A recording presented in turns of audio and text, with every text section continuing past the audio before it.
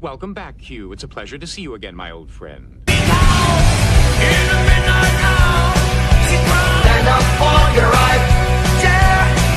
With a rebel yell, she cried, don't give up the fight. If you can't take a little bloody nose, maybe you ought to go back home and crawl under your bed.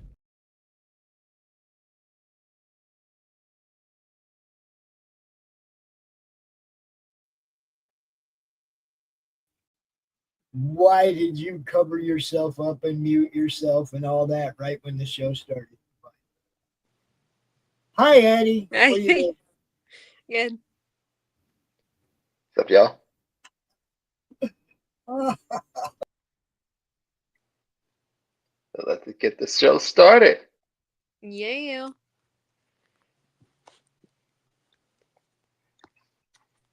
Alrighty. So how was the guest going? Oh, do we have a guest? Yeah. I think. Yes, we do. And there she is now. Welcome. Feeling very professional. Like, where I is cannot she? hear Where a is darn she? thing. Q, Yo. do you remember Katie, Dragon Child? Do you remember? I think so. Are you the one to make the dragon? Yes, she makes all them badass puppets and shit. Yeah. Yeah. You It's so guys cool. get to do her launch party today. We're going to Goody do a little goody. launch right now on your show. Your first launch party, Q. I do not know why Katie cannot hear. Try refreshing, Katie. Just like refresh the page entirely. Pop back in here. Check your mic on the way in. Because everybody else can hear everybody else. Yeah. Yeah.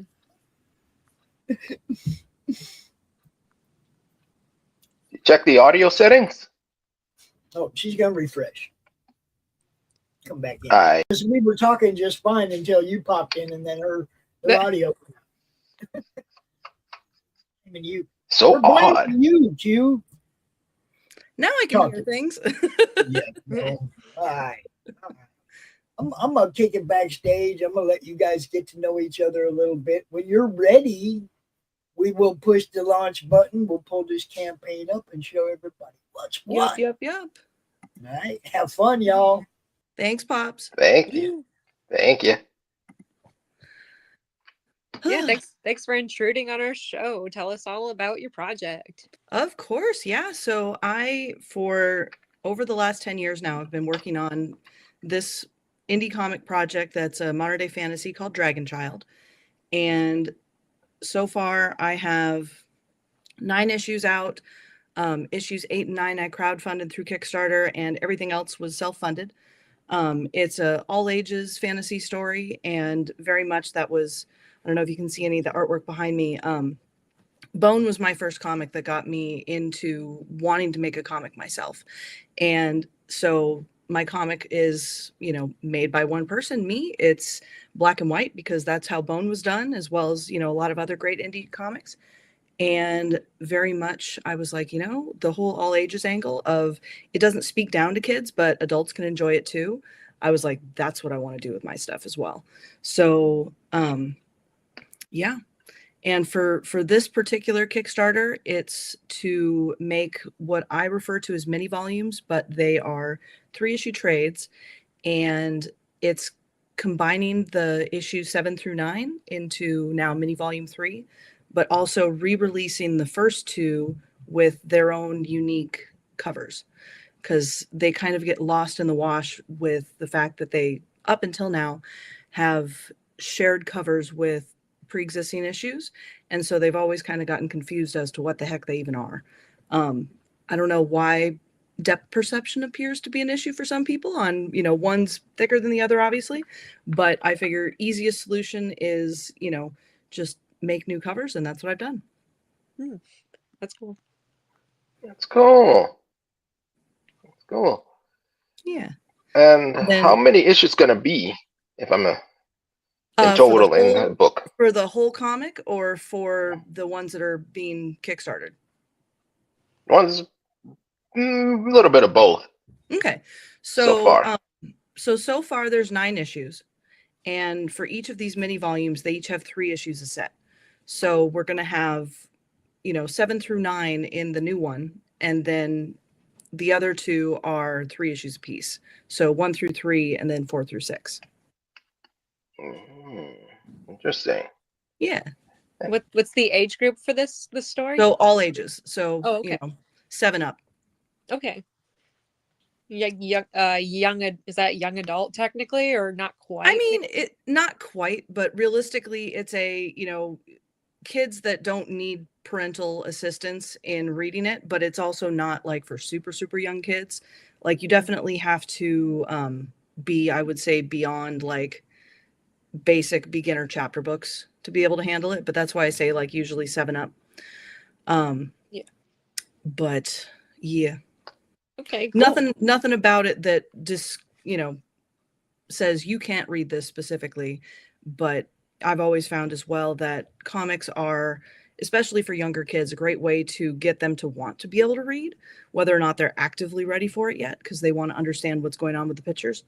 But, I would say most of my readers tend to be either, high school and up, but there's definitely some that are in that, elementary middle age where they, are definitely younger than the characters, but they absolutely are here for what the story has to offer, which is fun. And what was the name again of your previous project you did? So it's all so far been the same project. So it's all okay. Dragon Child. Yeah. Oh, okay. Gotcha. Yeah.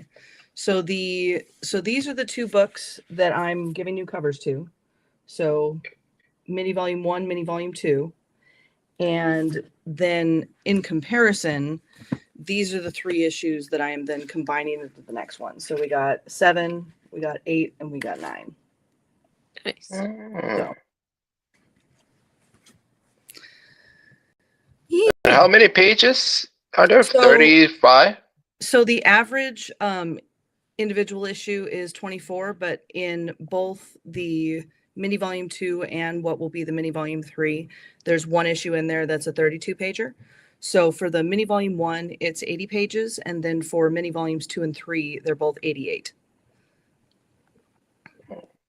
Nice. Mm-hmm. Yeah. Interesting. And it's Yeah, all every so often, you run into that issue where it just deserves that extra 8 pages worth of stuff. Yeah. So Cool. Yeah. I was just going around trying to find your I found your Instagram, Dragon Child comic.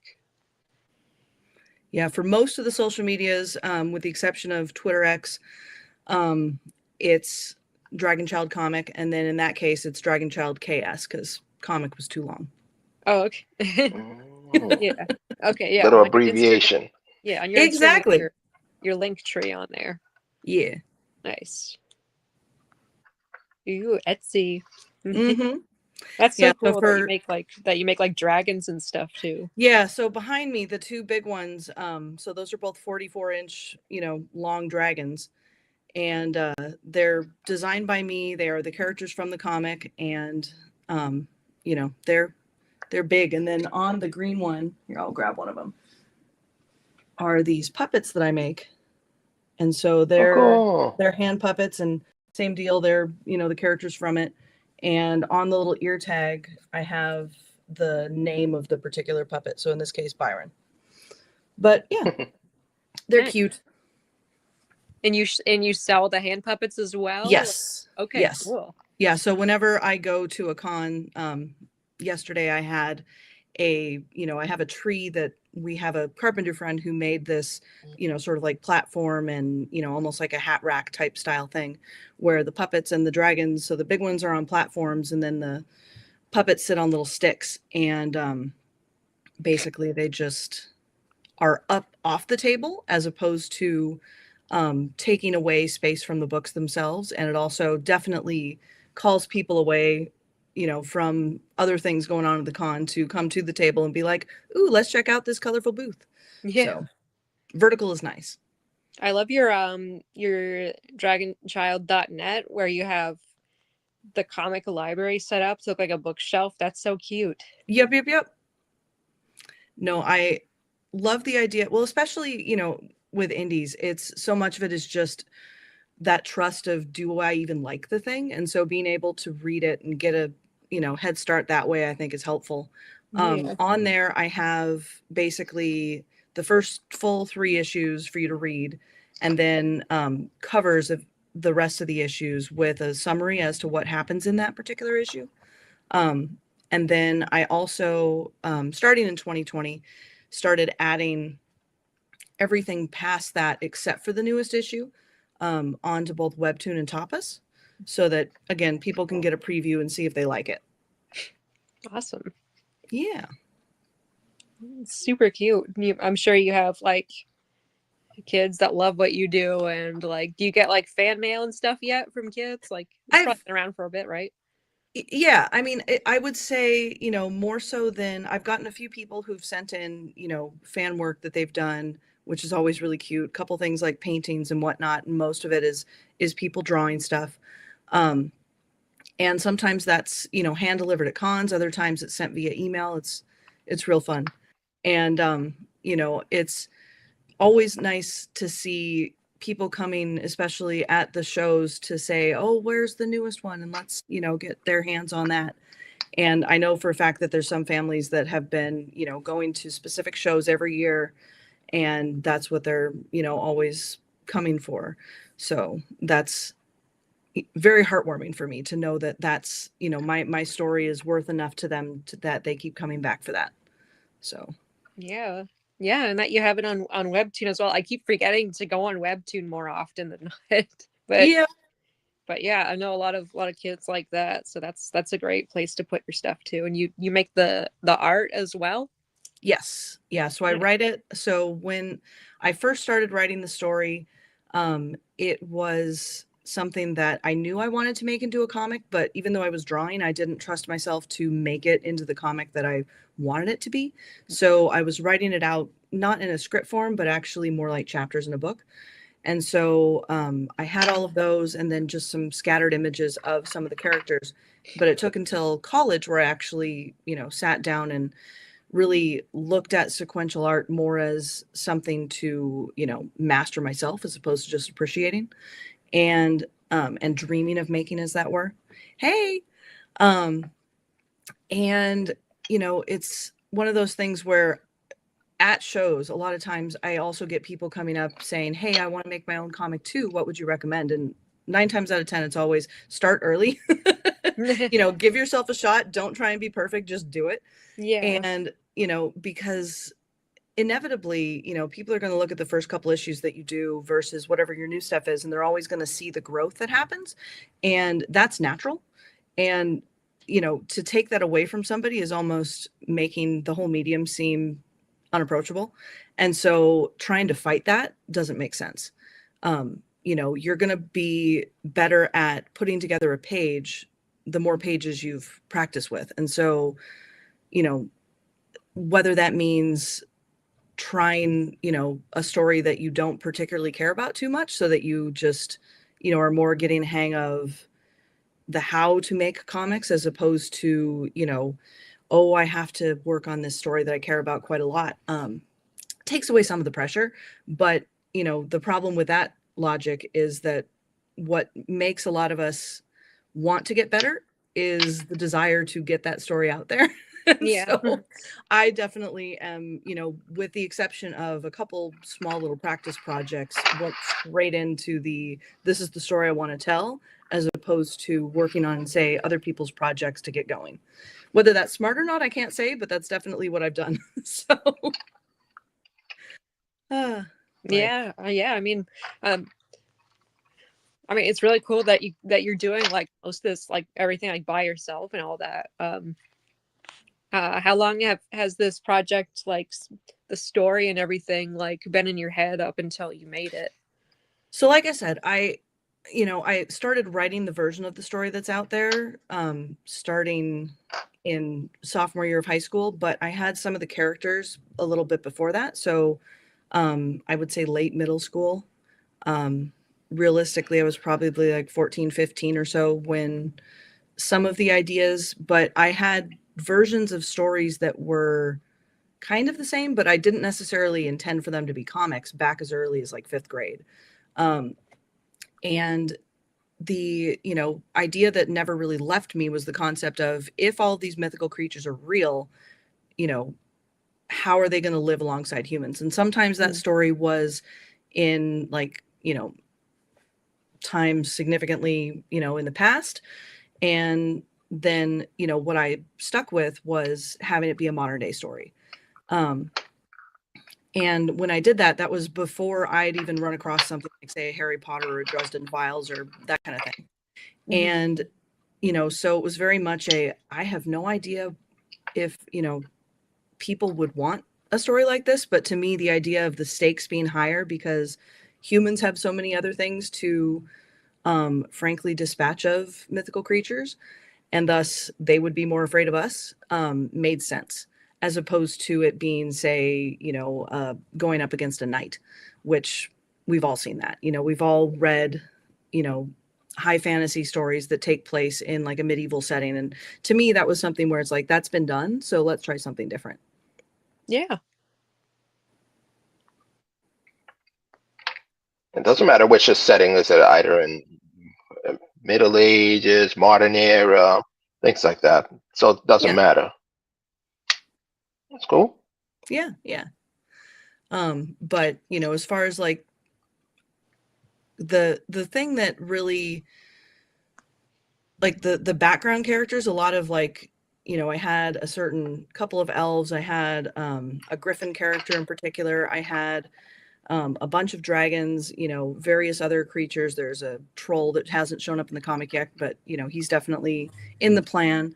I had all these mythical creatures, but it was who was supposed to be the quote unquote dragon child. So the human that's supposed to help them make this all work, was the one that took the longest time to actually sort of pin down. So I went through a couple different variations of that. And, the way in which really the first 3 issues of the comic were written were kind of just totally out of order. So I wrote the second and third, and then the first almost as kind of like a prologue.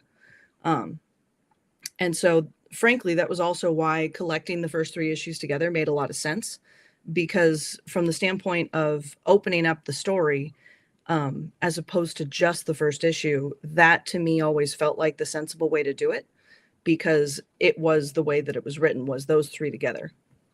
And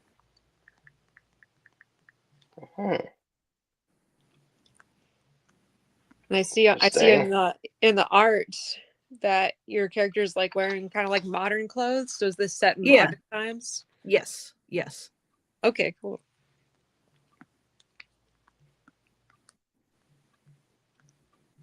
Awesome. That's cool that you've already gotten so much done already before your new launch now. Do you have like other videos or interviews about your other stories that we can direct people listening to go hear more about your previous work? I mean, really, this is the main project. I have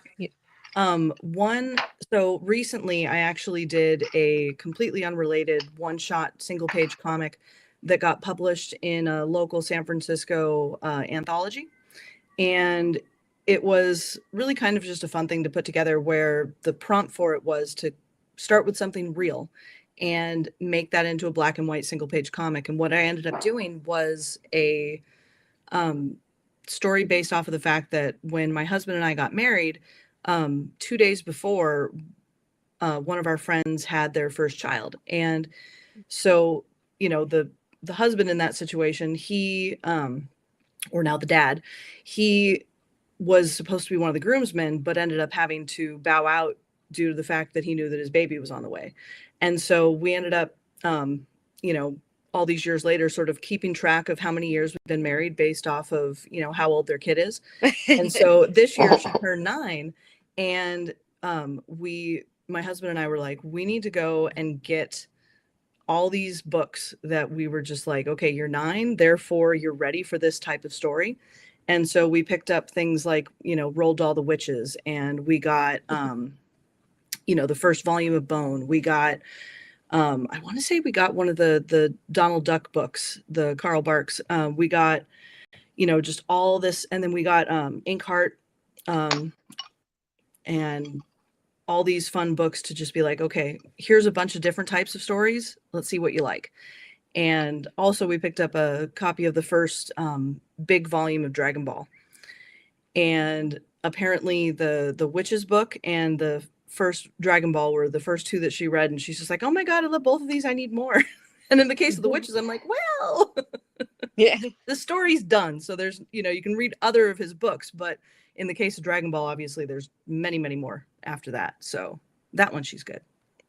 Yeah. But it's just, it's fun to sort of see just the, true delight when kids are, starting to read things that aren't related to school that they can just, really sink their teeth into. And the fact that then also ties into the type of stories that I want to make too, makes me happy. So it was a fun little comic to make.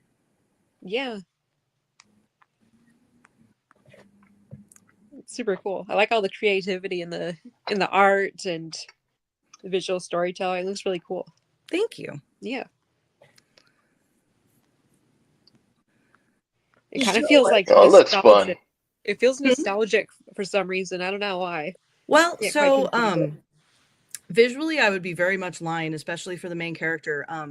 One of my favorite Japanese comics is called Slayers, and it came out very much like early 90s, and it kind of has that, late 80s, 90s anime vibe of, very clean line work, also very bright and colorful.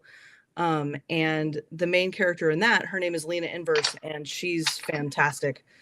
And, very much like the way in which I made, especially her hair, is very reminiscent of that. Maybe a little bit less crazy, but definitely, similar vibes. Okay. Yeah. So, yeah, no, before, frankly, reading Dragon Ball and that kind of stuff myself, I was terrible at drawing people. I couldn't draw a person to save my life. I could draw animals all day long, but it was finding, anime and manga and being like, oh, this makes more sense to my brain as far as a way to draw people.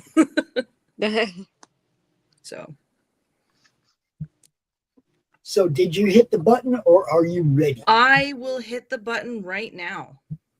Okay. Ooh. Boop. 5, 4, 3, 2, 2, 1. 1. Launch project. Launch it.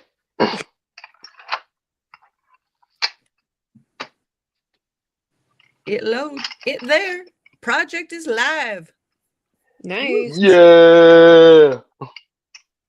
That's awesome. And as far as like the hand puppets, how did that like tie in?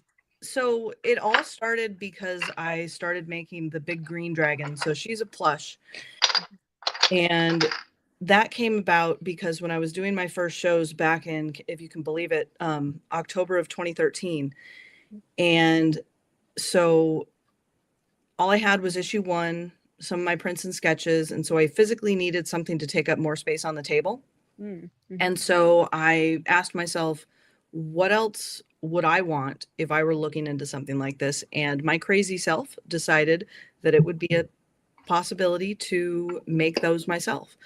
And I had no prior real experience making stuffed animals, but I had always been a collector and enjoyer of stuffed animals. And so I lined up a bunch of them and didn't physically take any of them apart, but kind of figured out, okay, these are types of things that go into pattern making, bought a couple books and just went for it.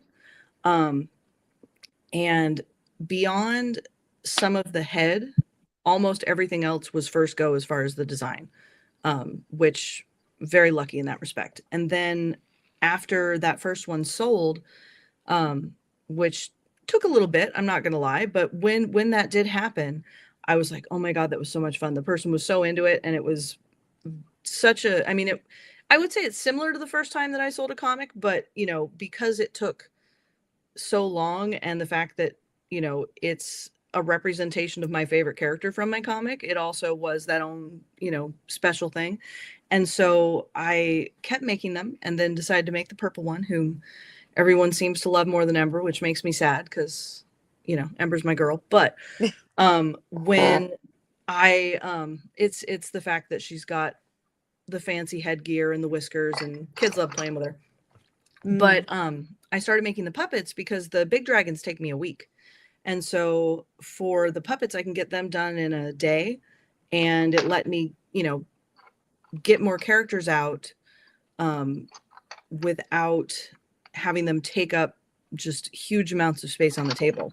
And that's around the same time that I started doing the dragon tree behind the table as well. I was going to get to that. Look. Yep. You're walking down the aisle toward Katie's table. You'll see it well before you get there. You would think. So the thing that always impresses me is when I run into a person who sees the comic first and somehow manages to miss the dragons altogether. No idea how that's physically possible because that takes up a huge amount of space. But it makes me feel proud about the comic because it's like, okay, if the comic is standing out more than that, I'm doing something right. I can see how they wouldn't see the dragon, only because I experienced this thing myself where if I'm overstimulated because there's a lot going on, that's valid. Stay looking down towards the ground.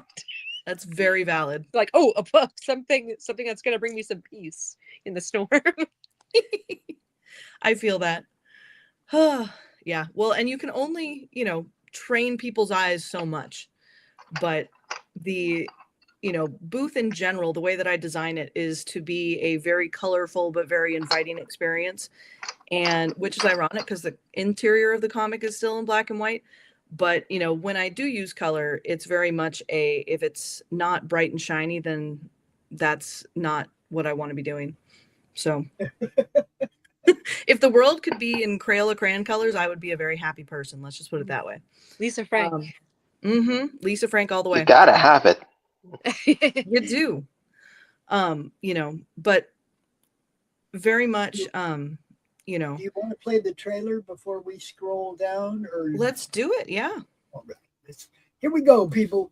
Dragon Child. Hi, I'm Katie Shaw, the cartoonist behind Dragon Child, a story that has been living rent-free in my brain for most of my life. As soon as I knew that I wanted to start making comics, I've been trying to tell a version of this fantasy story with dragons and elves wanting to live alongside of us. In high school, I decided to turn it into a modern-day fantasy, which all these years later has become a lot more mainstream. After making my own comics for over a decade, I find myself questioning some of the choices that I made early on. As new issues came out, I knew that I wanted to start combining them into volumes, a true comic book. The standard is a 6-issue trade, but it takes a long time to get there, so I started collecting 3 issues together into what I called a mini volume. Half of the length of a standard volume of comics at a price point cheaper than the cost of all 3 comic issues together. Makes sense, right? Looking back, I made one major mistake.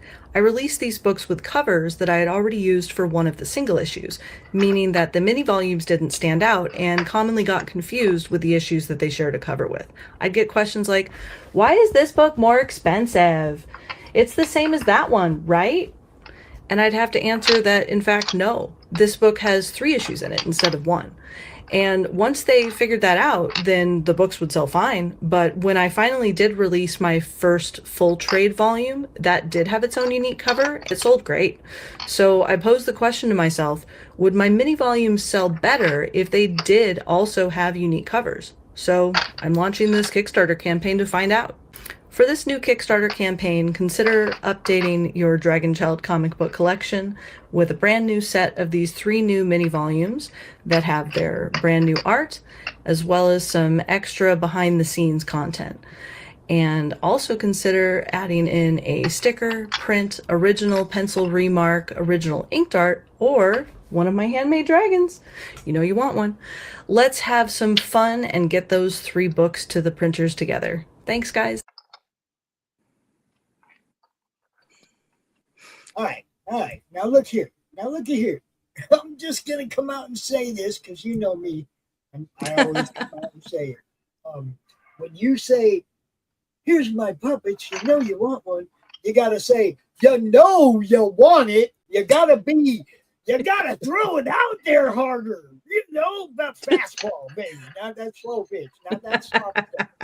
Hit them hard with it. You know you want it. Because they do. When they see them, come on. They do. They do.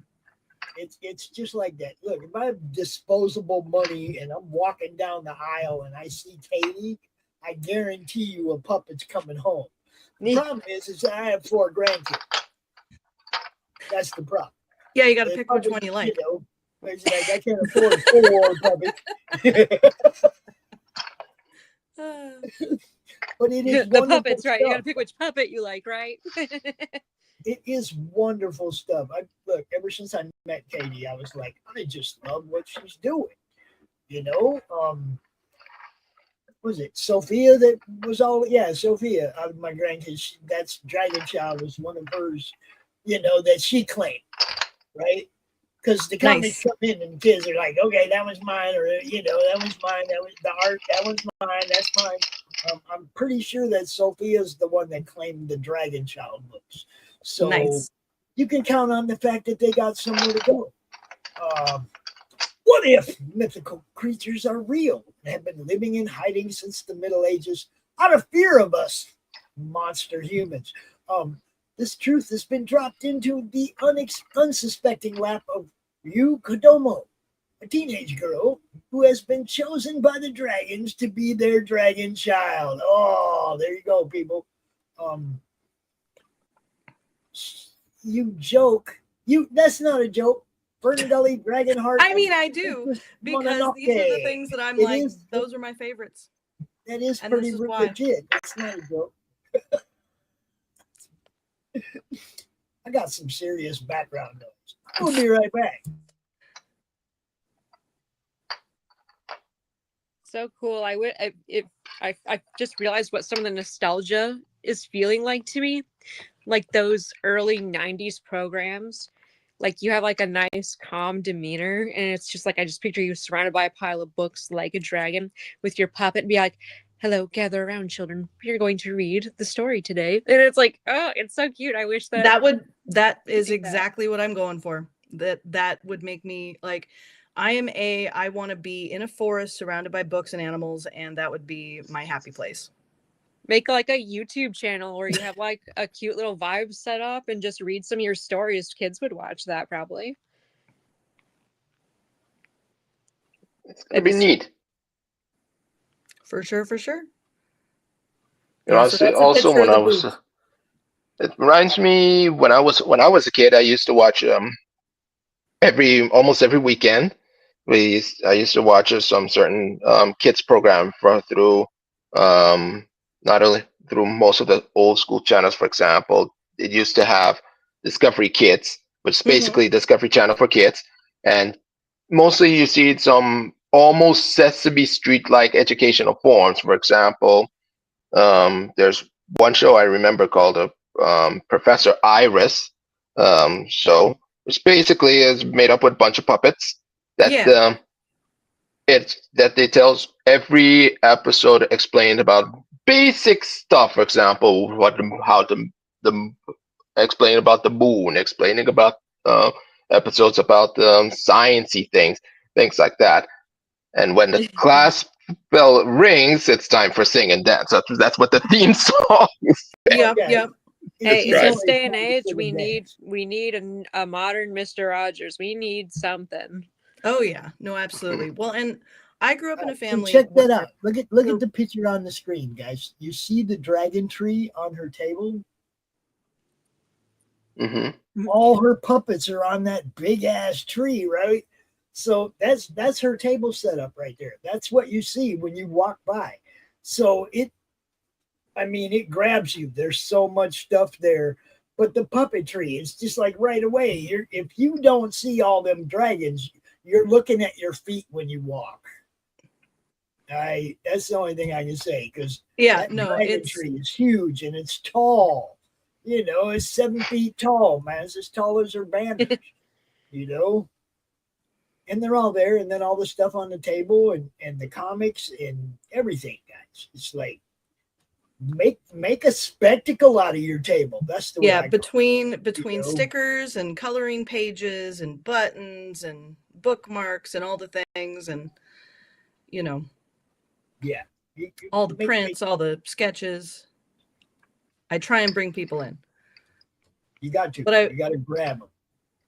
Man, I can't get my screen to work again. This will have to do. Okay, here we go. So we've heard about Katie, and look.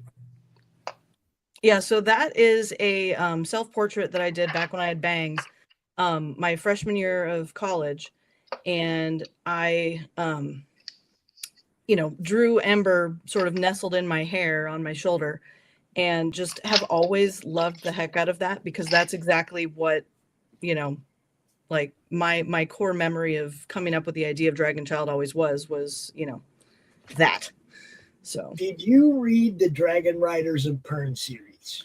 I've read some of them, and I do like them. They weren't my absolute favorite, but definitely, yeah, they're fun. Your little dragons always reminded me of fire lizards. Mm-hmm. Yeah, that's what they call them in the book, and they Yeah. bond to their owner and stuff, and it's cool. They're not as smart as the dragons, but they're cool. Yeah. Well, and in the case of Ember, she's just a kid. So, Right. she's going to get bigger, but that's how big yeah. she is now. And very much her characterization, as far as the size and everything, was based off of the fact that I had a green iguana growing up, and that's kind of, the size that they get. And, so the fact that she has stripes in her tail, the fringe going down her, head to her tail, very much based on that green iguana. Just Hello, wait. Beluga Tunes. We got Beluga Tunes in the chat. Hey, that's Whoop, you. whoop. What's Oh, happening? hey. It's Addie. I don't know if you remember me. It's been a while. I know them. There you go.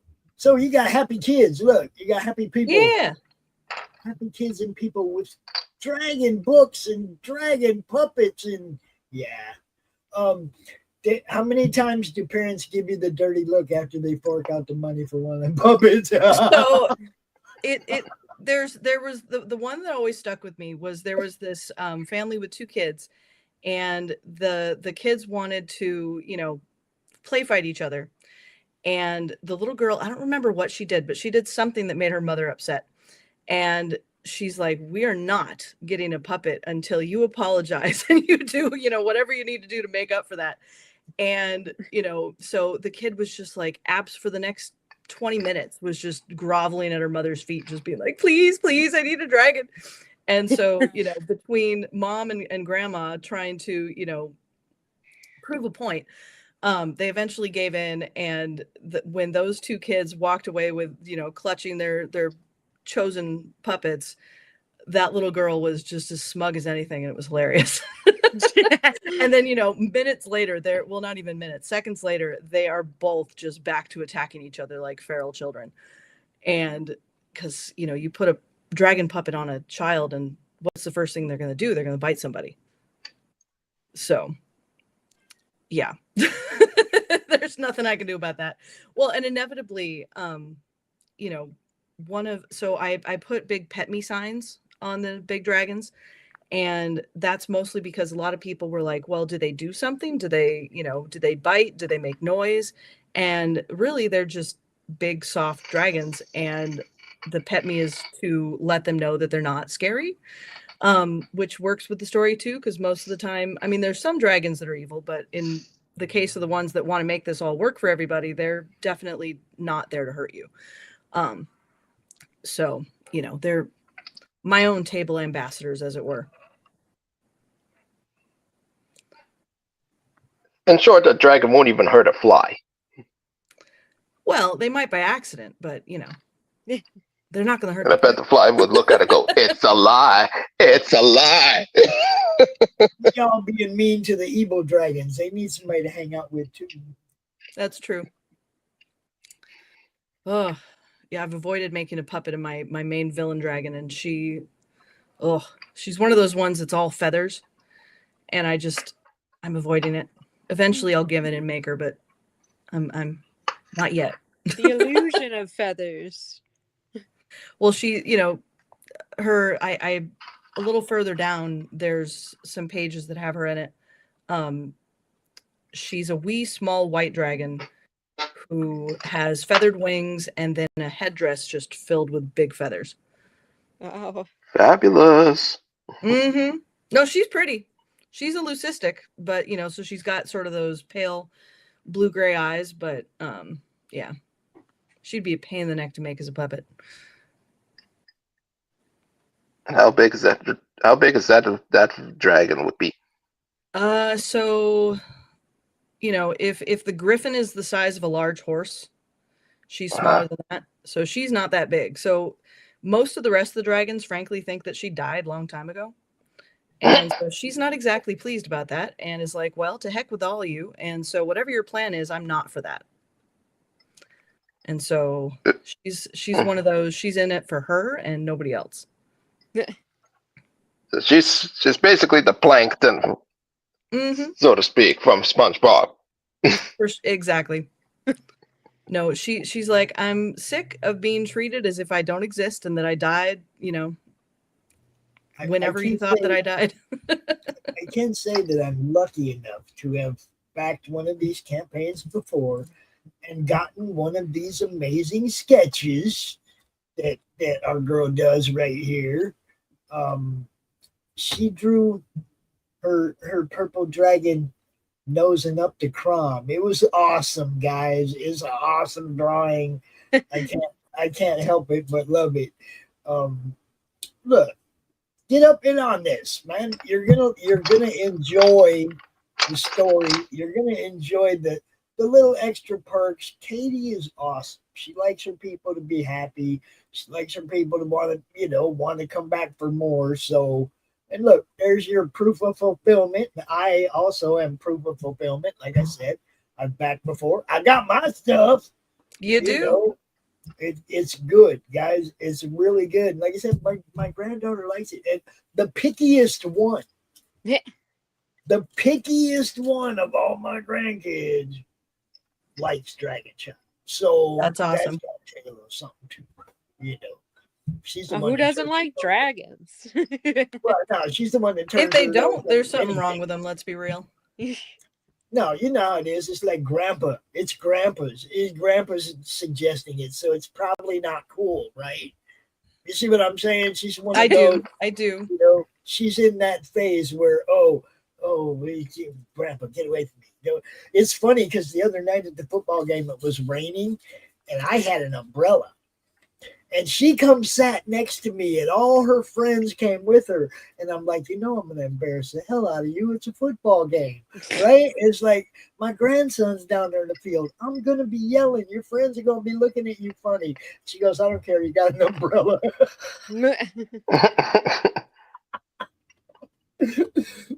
But you know what I'm saying? It's like, it's Grandpa, right? Oh, Grandpa suggested it probably sucks. But in her case, being the pickiest one of the bunch, she really likes Dragon Child. As a matter of fact, this one and Animal Eye, Cindy's book, nice, are the two that Sophia pretty much claimed. Those are mine, and so yeah. If the kids like it, and that's your target audience, you're trying to get the kids to like it, and they do. You're doing the job, and you're doing it right. And everybody, I don't care what you do, at some point in your comic book career, you got to do something to help bring the next generation into wanting to love comics. Oh yeah, well, because like I said, I wanted to do this because I was inspired in 3rd grade to make my own comic because of Jeff Smith's Bone, and I very much wanted to do that, but with my own story. And so the fact that I can say that I know for a fact that there's, numerous kids over the years that I've not only inspired to, follow their own artistic passions, but enjoy the comic, makes me know that I'm doing something right. And yes, thank you from Katie and her. Now, look, those are the Griffins, right? Mm-hmm. Yeah, those are the Griffins, okay? They're so cute. It's not just dragons, yo. It's not just dragons. you can get that great big giant 48-inch or whatever, however big that giant purple one is behind her. That one hanging out right there. Her wings are just as long as she, or just as wide as she is long. Right. So I purposefully did not skimp on those wings, and they make me happy. Because most dragon plushes, their wings are tiny and pathetic. These are not. She works on this thing for a week. I mean, she works on this thing for a week. She throws 3 books signed in there with it. $450. It's a good deal. That's if you like this work, guys. That's if you like small. Work. That's not. It's not like she paid $200 for somebody else to make it, and she's charging you $400. She put her own time, materials, effort, work into building that for you. That's a great price, man. Because I'll tell you what, my week is worth more than $500. And let me show you how big she actually is, because it's one thing to see her when she's, on a chair, because she's on the back of a computer chair there. But Go ahead. Here we go, everybody. Are you ready? She is big. Yeah. You know what? The second I do, if I got that when I was a kid, I'd be having my Barbies riding that. And oh yeah, everything. G.I. Joe be fighting. These whiskers are the seller, if I'm real. That and the headgear. See, can you imagine? That's like the big bad in the Pokemon universe, and the kids are down there attacking it with Pokeballs. Ding, ding, ding, ding, ding, ding.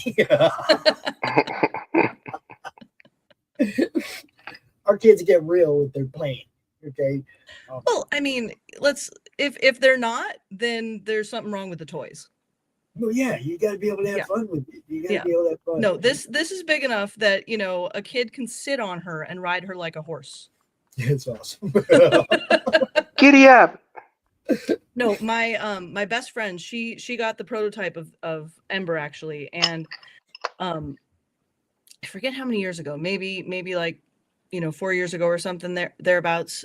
She ended up getting a Shindaira as well, and so the two of them will do battle against each other with her little boys, because she's got 4 boys. Oh, yeah.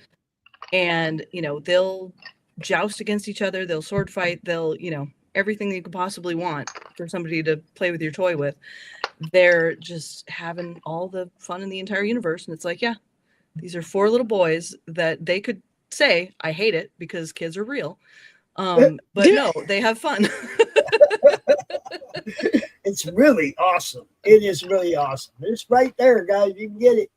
You can get one right there with all 3 of the books signed by Katie. And then there's Ember. Ember's a little bit less because she takes up a little bit less fabric. No. You're undercutting on my girl. I know. I want her to go first. That's the thing. Shindaira tells herself, Ember, who is my favorite, she always gets ignored, which makes no sense to me because green's better than purple. But, yeah, Ember's the best. And then, copy of original art. Mm-hmm. So is this cover art or page art? What is it? So these I drew as sort of mock photos of Ryu when she was little. Okay. And so they're inserted in the volume, so you can't get them with just the issues, but with the mini volumes and the full 6, it's in between issues 1 and 2. Okay. And because when the dragons decide that there's going to be a dragon child, she's not born yet, so it's showing her growing up before she then shows up as a character in issue 2. And so there's 3 of those images. For some reason, I can't find the first one, which is the one that became the new cover for mini volume 1, but the second and third one I did find. And so those are on 9x12. They're hand drawn and inked by me, and that's exactly as it looks. So it's just one of them is the little tea party, and then the other one, which is right above it, is Ryu wearing a little apple shirt, and then somebody hiding in the bushes behind her. But yeah, so that one's actually based off of a real photo of me as a kid. My mom's side of the family makes apple juice, and so I was wearing a drink an apple a day shirt, and that happened to be, a photo that I based this off of. And so So this little tail over here, I'm assuming it's a green. Actually that one's pink, but it would be easier for her to hide if it was green for sure. But that's Ruby in there hiding. Oh, it's Ruby. I thought for sure it would be. Nope, because it's Fluffy. So that one, no, that's Ruby. So she give away a little of the story. So Ember's older sister is Ruby, and she is living her best life out in the world, disobeying everything that her family thinks is sensible, and saying, to heck with it, I'm just going to live, and I'm going to be out there, and if they find me, to heck with it, but until then I'm going to be happy. And so yeah, she's not hiding from nobody. Basically, I do what I want. Exactly. Well, and she happens to be a bright pink dragon with red fur and a heart on her head. So if any dragon's ever going to get found, it's going to be her. But yeah, so far she's doing good, and she spends most of her time in Hawaii because there's not as many people there, and it's gorgeous, and she hides in the banyan trees. So Aloha. Exactly.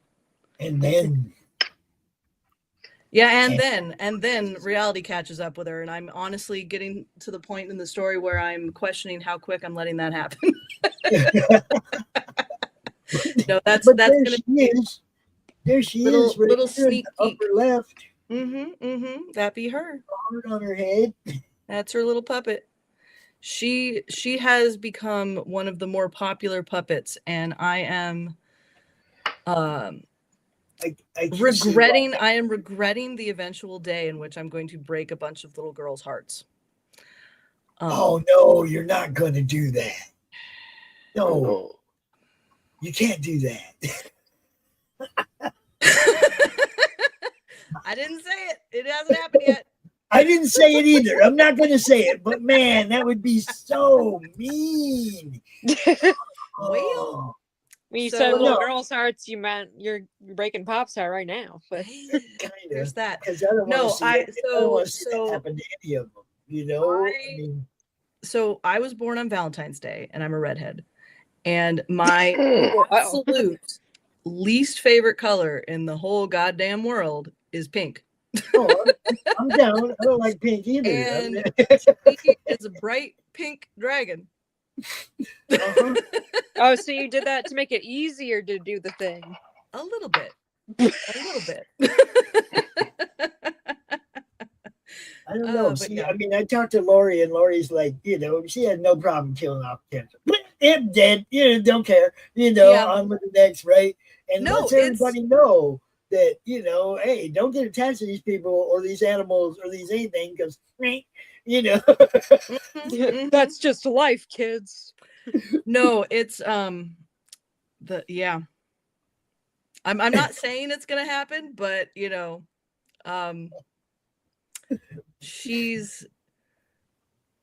things are gonna start happening in her life that happened because she decided to be braver than everybody else. Yeah, she wanted to go out there and show her face and be a fool, and now it's going to come back and bite her. And that's Yep. the way it should be. If you're not taking care of your business, in this case, it's staying hidden and not being I do what I want. Mhm. You know what I'm saying?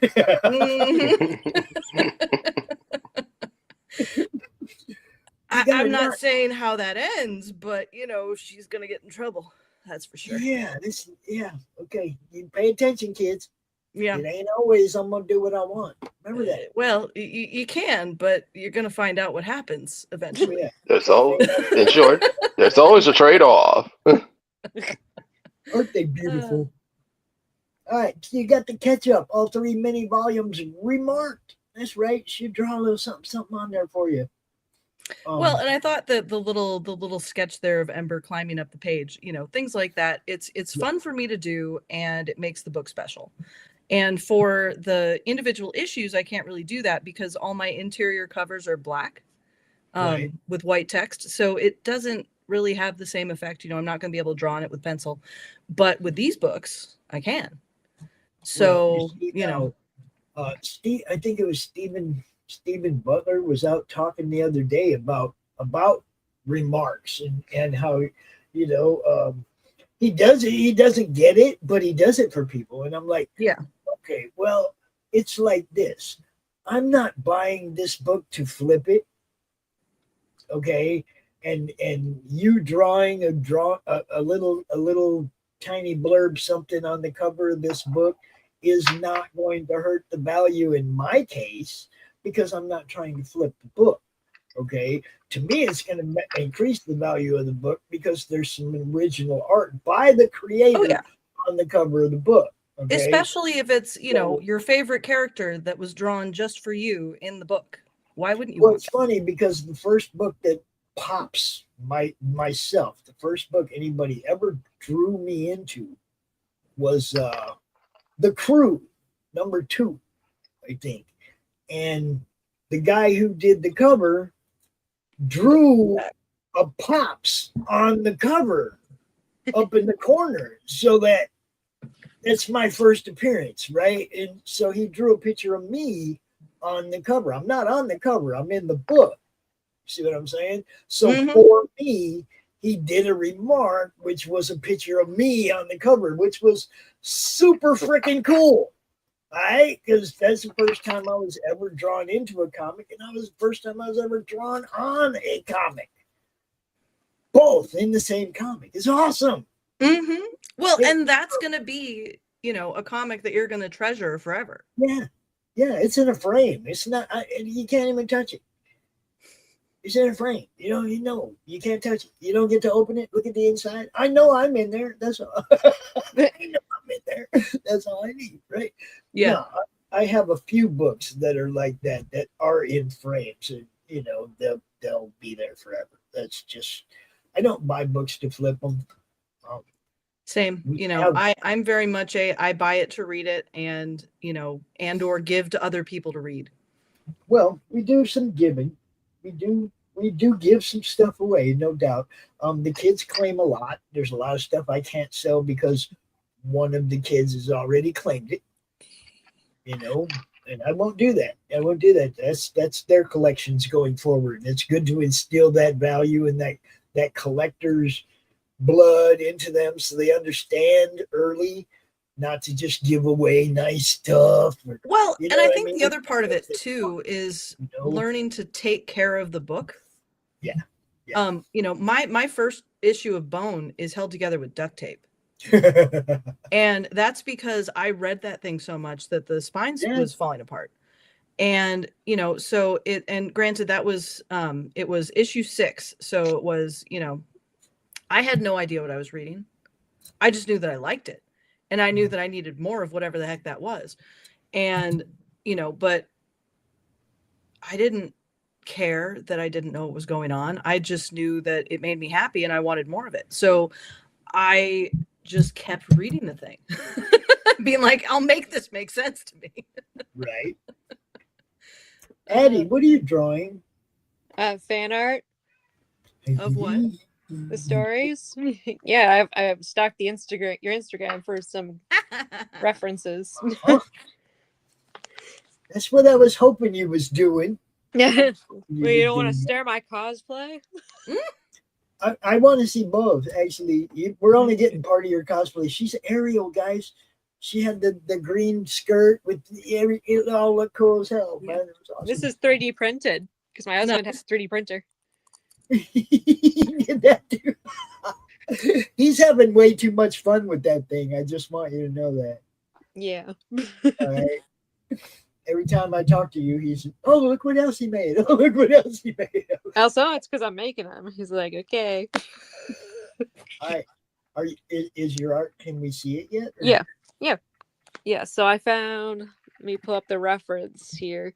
So I was guessing that this is the main green dragon before I show what I made, right? Is this her? I found it older. So that's okay. That's okay. So that's one of her other siblings. So that's her name is Cinder.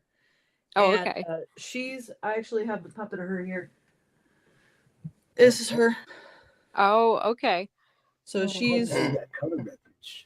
Yeah, it's a good set of colors. Because I did this, then I realized that she had a green horn. I mean a white horn. That's precious as heck. Now that I guess they're morphed together. Yeah. It's an amalgam. That's awesome. This is what we do, Katie. We hang out. Perfect. We draw cool stuff. Yeah. I was referencing the plushie. We need some colored in fan art. Yeah. So we know what she looks Well, that's inevitably the problem with, the interior being black and white, is that all you have really for the colors is the actual ones that I choose to do, but this is also, so this gives you a better view of all of her colors. Oh, okay, yeah. Yeah, Man, she's all white and black and gray and green and purple. Yeah, so the one on the bottom here, so that's the one that's holding the pumpkin bucket, and so that's Cinder, and the red one is their brother Ash, and then you have Ember up there at the top with her striped tail. Oh, okay, and the stripes are like dark purple. So they're dark green. It's hard to with the light. Dark green. Yeah. So she's green, and kind of a light yellow. Okay, I can fix that. No worries. Yeah, she and her dad have kind of these serrated ears, so they have lots of little tiny points to them. Mm. And then the fringe bits, instead of having those little sections to them, it's just little jaggedy triangles like you would have on an iguana. Oh, okay. And those are brown. Okay. Oh, those are comb spikes, right? Running along from the back. Exactly. Yeah, so they start at the top of her head where she's got a little spot of green, and then runs all the way down to her tail. But that is the perfect dark green. Okay. Very hunter. I've seen iguanas back in my days. Yeah, iguanas are cool. Ranging from cute little baby ranging from cute little itsy bitsy little iguana that reminds you of Geico Gecko into gigantic 2-meter long old G. Yep. No, exactly. No, I, as a weird child, was like, I am looking forward to when my iguana gets huge, because I got him a little harness, and I would run him around the yard, and 6 foot long. Just absolute. Most of that's tail, granted, but absolutely love that iguana. My native island, Curacao, we have iguanas like that, and these guys, they walk around in the wilderness, minding his own business, and whenever it came to the neighborhood's yard, they looked up and go, "Oh my God, it's iguana!" Two things could happen. One, either they got scared. Two, either they go faceted. And three, the third option, some of them use them as a delicacy. Yeah, I hear that they can be delicious, but I wouldn't do that. I didn't eat those things. I couldn't eat them. Just full disclaimer, I did not eat those guys. No, I have tried that rattlesnake, but I lived in Phoenix for 35 years. It was obvious at some point I was going to eat a rattlesnake, right? Whether it be challenge or whatever, and rattlesnake is all right. It's not like something I would have on my regular menu, but it was something I could eat if I had to, right? Yeah. I don't think iguana. I don't think I could even try iguana. I couldn't eat an iguana, and I couldn't eat a frog. I would be too sad. I've eaten a kangaroo. No problem. I've had roo. That's probably the most exotic thing that I've eaten. You ate kangaroo meat. I've eaten kangaroo meat, and it was boring.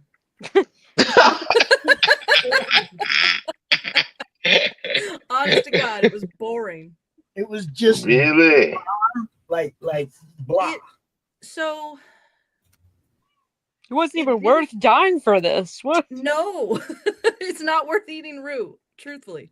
They pick up a lot of flavors from the things that they're cooked with, and so it tasted more like that than they tasted like their own thing. Right. If that makes sense.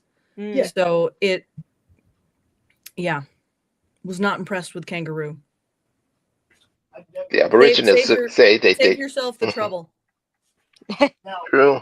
since we're talking about game and food, I got to throw this out there real quick. Right now on Kickstarter, our boy Chris has the Big Sexy Outdoors cookbook with all kinds of recipes for, squirrel and rabbit and all the stuff that you want. which let's be real, would be things that Ember would probably enjoy eating. Yeah, and let's and also and there is the Madness honey mustard hot sauce, which every 35 ounces of this sauce has 9 Carolina Reapers ground up in them. Ooh. Every 35 ounces, people.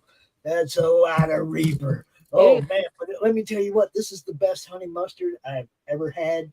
And it's the Madness honey mustard. You got to get yourself. Great for chicken nuggets. The recipe is in the Big Sexy Outdoors cookbook. I'm telling you, though, unless you're a seasoned hot guy, you're gonna want to cut that Reaper quota in half. I like hot, so I told them it needs more. But what have we got? Is this starting to look like it's supposed to, Katie? What do you got? Yeah, no, we're getting closer. I love the detailing on the legs. They make me happy. Oh yeah. And the feet look good. See, like with the you gotta do the illusion of scales. Otherwise, yes, too many scales. I guess with like the feathers, you could do 100%. the illusion of feathers and do a few 100%. here and That's there. that's how I do it too. Maybe a patterned fabric or draw it on with a fabric marker. I've been trying to get somebody around here to do some makeup for me on Halloween, but I don't think I'm gonna be able to pull it off. I've been trying, but where you want to be? Ace Frehley,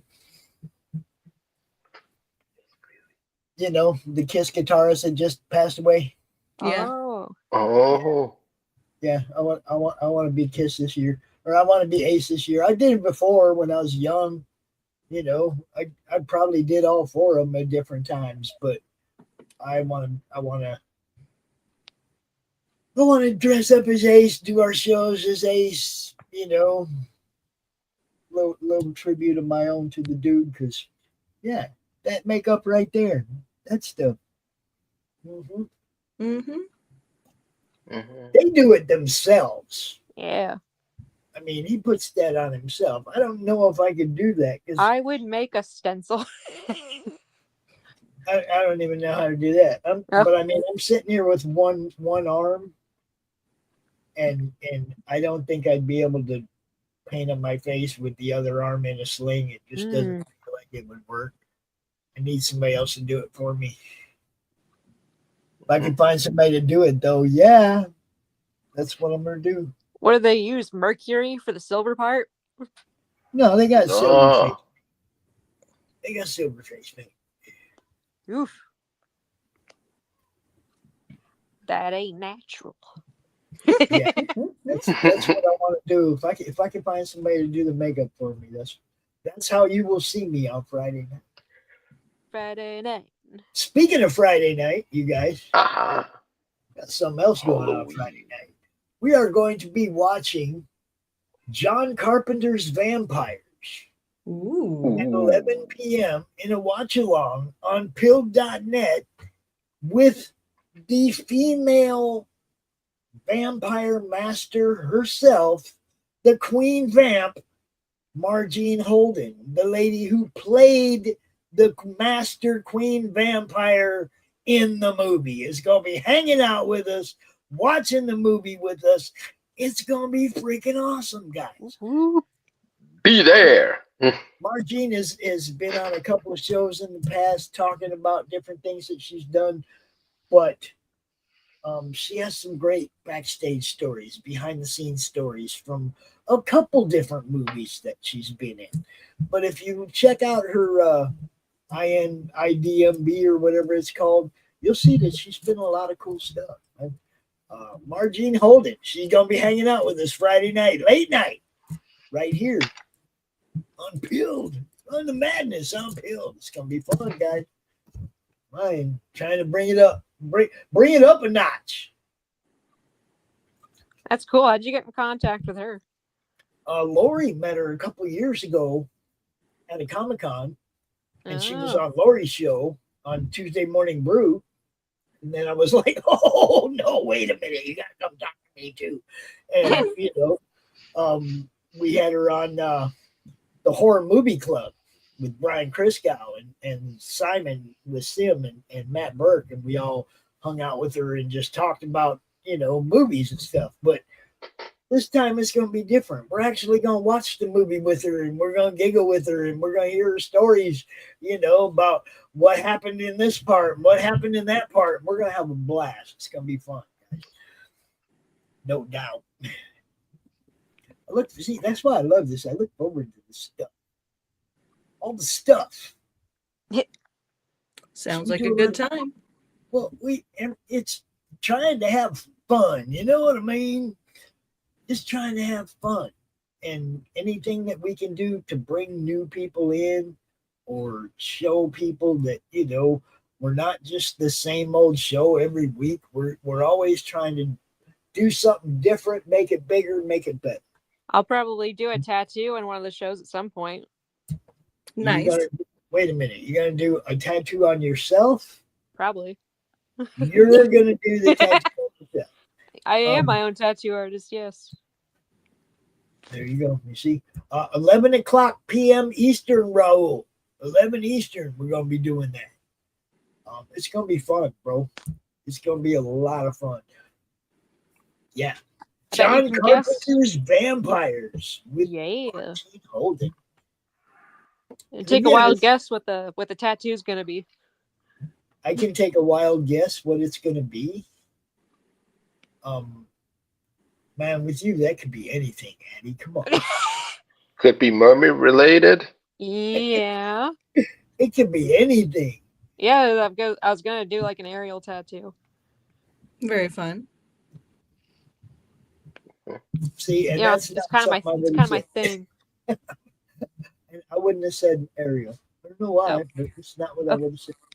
Well, I've been obsessing over trying to find the perfect like thing to use as a stencil for a while, and I think I found one that I want. I'm picky. Are you drawing your own art to put on you, or are you going to use somebody else? I mean, I'm gonna have to like redraw it by hand anyway to put on the paper per se. But I mean, I think that I'm gonna use one of the old references. It's gonna be a little nerdy, you know. I'm gonna use one of the older references they used for like a pose in her concept art. Yeah, no shame in that. You said it's gonna be a little nerdy. Not you. No. I only have like one nerd's tattoo at the moment, so the rest of them are just doodles. Magnadoodle. I have 3. They're all in the same spot, all done at different times. Like there's the original, then there's a piece that was added onto it, and then another piece that was added onto it. Oh, okay. You know what I mean? I was like, is this like 3 cover-ups? No, it should all be covered up though, because that was like decades ago, and my arms aren't prison big anymore. So it kind of, you know, shrunk. You can't see the color because the lines are together. There's no in between the lines anymore because my arms aren't giant anymore like they were when I got out of prison. Okay, Popeye. You know, you work out every day and then you get out and you quit working out. Yeah. And then decades I'm later, about to say them you're old, and your Never arms about experienced half the that. size it was then, you know. Yeah. A drop zone gaming tat. No, Raul, that's your thing. You get to get a drop zone gaming tattoo. See, that's your show. Pretty sure dad bods are in right now. What about grandpa bods? Maybe that's next. I don't know. See, that's when it goes bad. See, because things are going gray. Um, Gray's in. People dye their hair gray intentionally. no. I mean, like when your chest hair goes gray. Oh, I know all about that. Yeah. Salt and pepper. It's not near as cool anymore. You see, Don't I know it? It's like so. Yeah, some parts of it just don't. Grandpa bod don't work no matter what. Love your dad bod while you can, suckers. The transition between dad and grandpa bod. Yeah, it's just no fun when you get to that one point, right? Nobody's looking at you like, oh, that's cool. Oh. Hair's falling out, got no teeth. Yeah, nobody's looking at me like that. You see what I'm saying? Oh boy.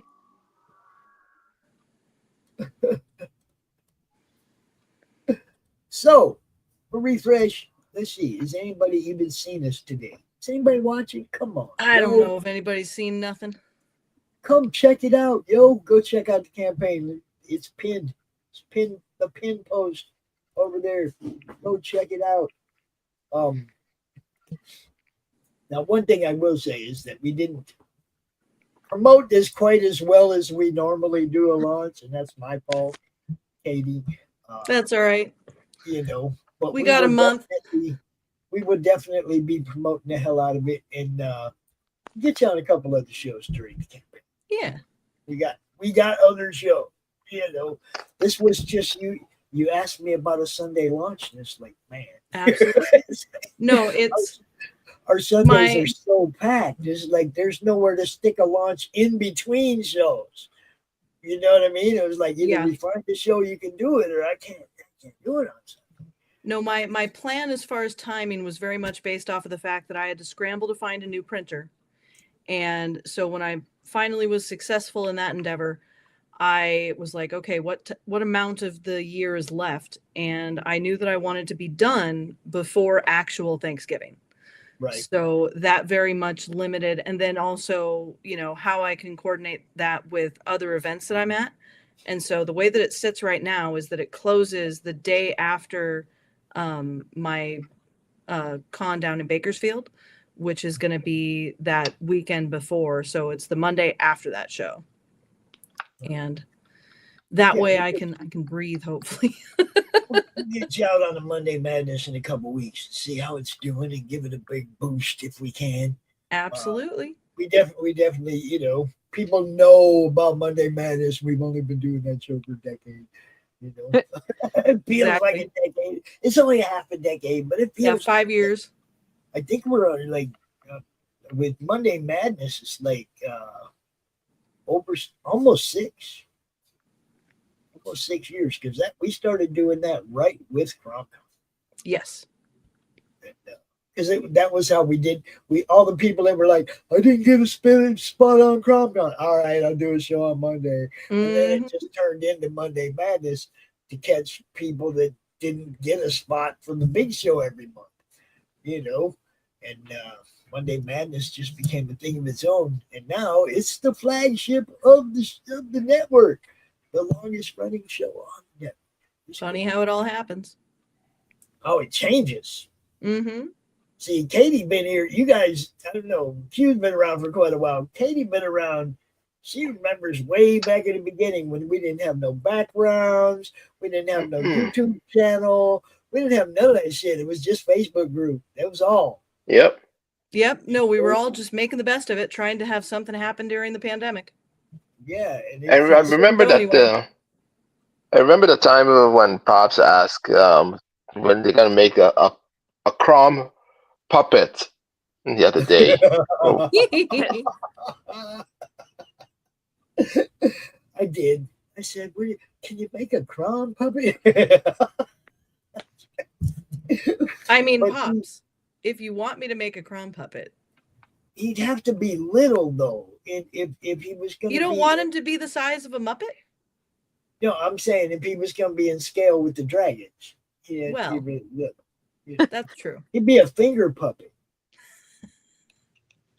You hear me talking? Can you make a clown finger puppet? I mean, yes. I know, right? Uh-oh. I don't know, Daddy will laugh. Oh yeah, that thing's gonna be talking for Pops all the time. It's never gonna shut up. You see, I can do little clown puppet shows. I know, right? But do you actually They're want a so finger hard to puppet, or find. do you want like, you know, something that where you can actually move the mouth? Oh, Man, I can't ask you to do that. I don't have the money to buy it. I can't ask you to do that. But a finger puppet, you can probably make it about 20 minutes. That's true. That's true. No, it's definitely less of a time commitment for sure. But let's be real, it would be cool, right? Oh, it'd be wonderful. It'd be beyond cool. you should sell cars. It would be cool, right? Like, but would it be cool? Yeah. It would be super freaking cool. Man. I mean, it's like when Cindy sent me that crochet prom, right? And then she sent me another one that glows in the dark. Ooh. So I got a green crom for the daytime and one that glows at night. Turn the lights on and you still got a crom in the corner looking at you. Nice. How big was it? They're just Let me ask. They're like 3, 4, or 5 inches tall. They're not real big. Okay, yeah, just little guys. Yeah, but they're cool as hell. And when I got the first one, I already knew she said she was going to make them for the campaign, right? And then when she sent me the glow in the dark one, it blew me away. I had no idea they even had like glow in the dark yarn for crocheting and shit, right? And I was like, what the fuck is this? It was so cool.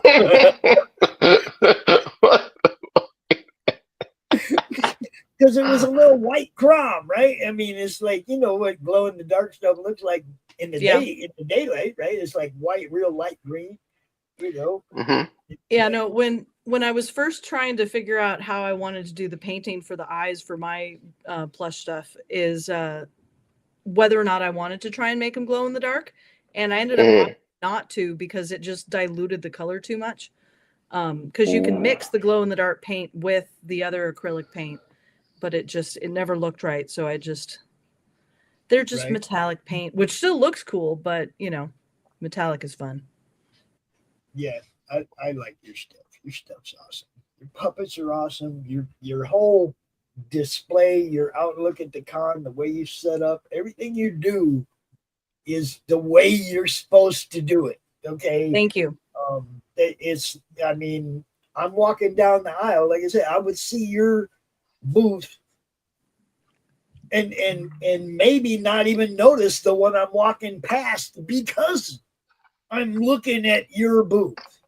No, I had a bit of a humbling moment yesterday. I had somebody stop by the booth and they said, somebody told me that you're the place to go if I want to, you know, actually get real information about making comics or, you know, just art in general. And I'm like, thank you. And then proceeded to give them helpful information.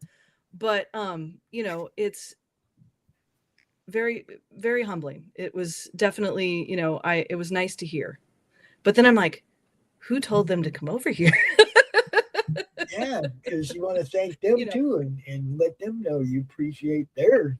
Exactly. You know, word of mouth is still, look, the internet might be, you know, how people communicate now, but word of mouth is still the thing. Yeah. Okay. The share button and whatnot is your word of mouth nowadays, right? I mean, if you're not actually talking to somebody, but you want all your friends to know that this was pretty cool, you share it with them.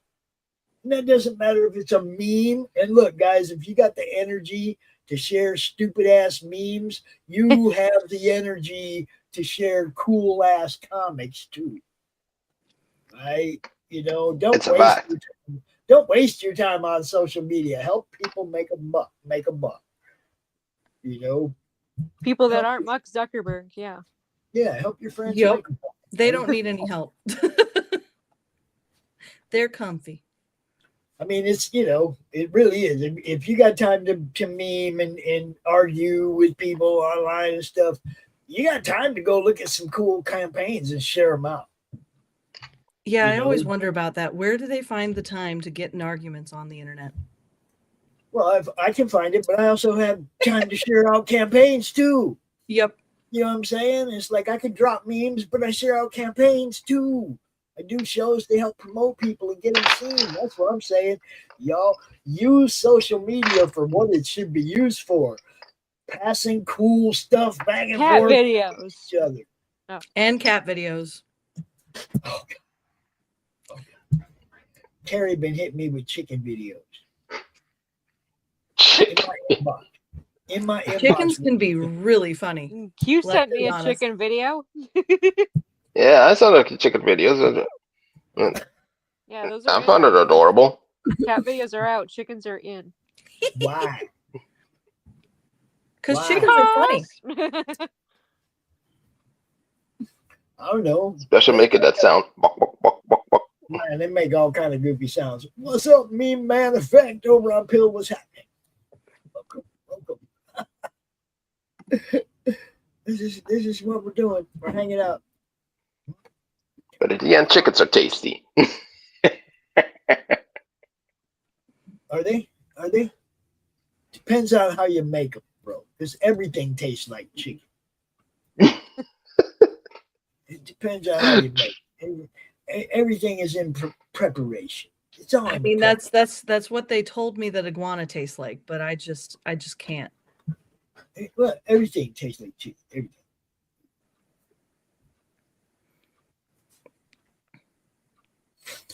Anyway, I'm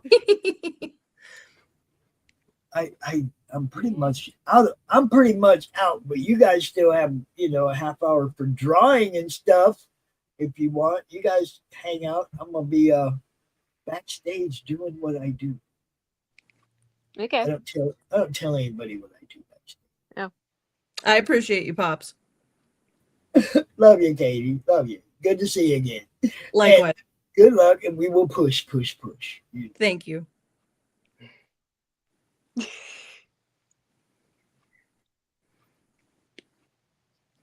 Yeah, it's always fun to see how other people draw Ember. Oh yeah. Mine's gonna look especially different just because I started out drawing a different dragon. It's fine. It's fine. No, it's not. I think it's great. Her belly is like a beige yellow. Yeah. Burge. And her ears are that dark green. Oh yeah, on the top. Yeah. Mm-hmm.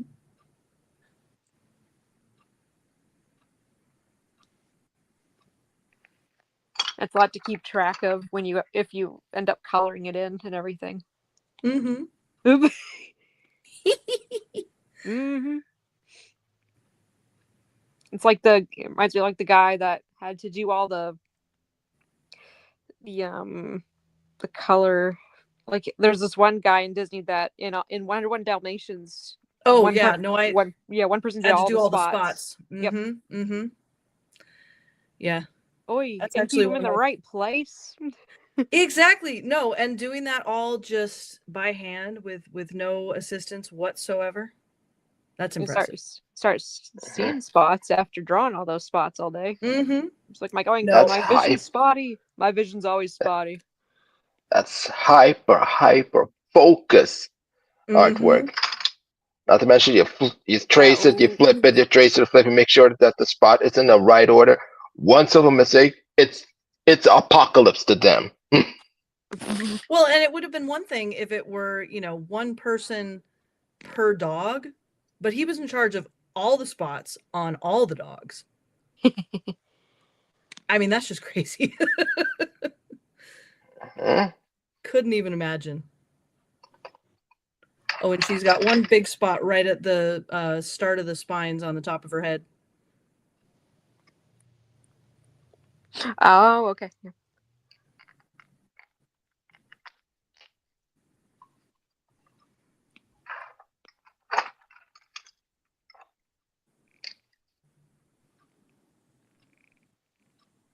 I'm guessing the furry community likes your stuff. You know, I've definitely gotten some people who, you know, just from like a pattern making perspective had asked questions in the past quite a bit. And I've to the furries that have purchased my comics, because there's definitely an amount that have, it's always the question of, are they going to speak or are they going to just gesture? And it's very much a mix of the two for sure. Gesture. And there was this one that did do the whole gesture communication that was ever so nice, you know, and would just at various shows they just come and pick up an issue and then, you know, come back the next time and get the next one, and have no idea if that person is a male or female, but I knew their suit, and never spoke a word, but you know, was very, based on the gestures, were very pleased and excited about the comic. I can only assume.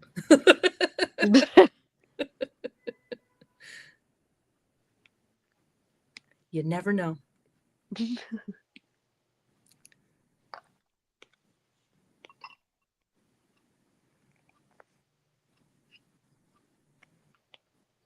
Is art Yeah. like your first or second favorite thing to do? Like, is writing Well, more your thing? Honestly, the drawing is probably the preferred number one option.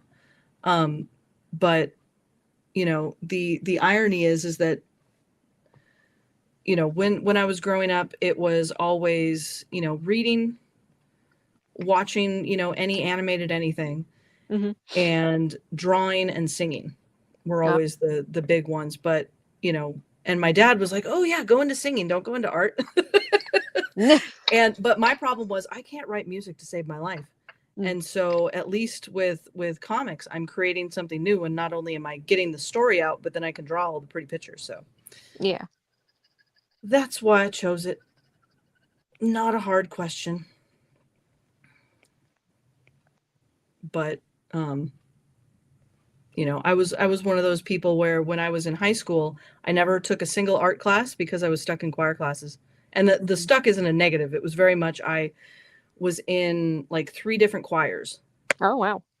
And so we were always busy doing something. In fact, one of them was an all-girls double quartet that we would actually leave school to go make money at, you know, during school hours, performing gigs. And so we were essentially doing like a barbershop style quartet, only twice that many people, to raise money for the choir program. Wow. So that was cool. Inevitably, we would do quite a bit of that during the holiday season. So we would go get invited to various holiday parties and do that. But that one particular year, I had a chemistry teacher who I would always be like, so I'm going to be gone this period. I need the homework.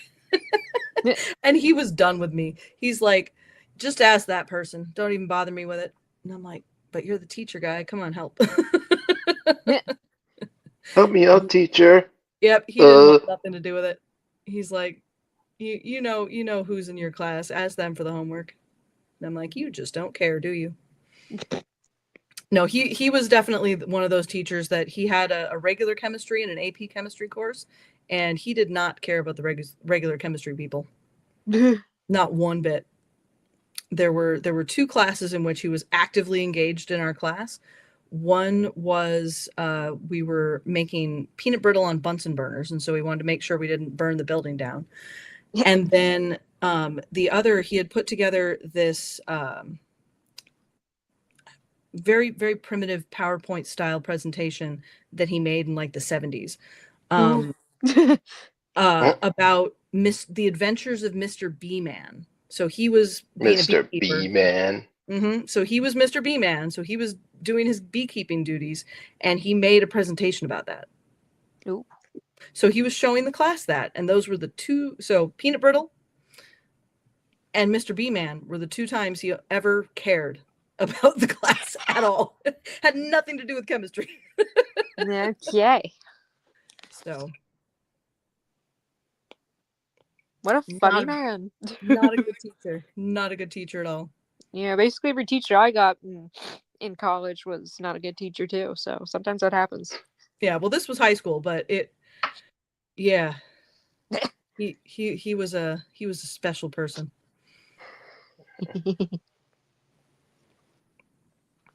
She looks so good. Yeah, thanks. Does it look like her now? Kind of. So the spikes on the top of her head shouldn't be as tall. Oh, okay. But other than that, she looks pretty darn good. Yeah. Her irises are like a emerald green. Okay.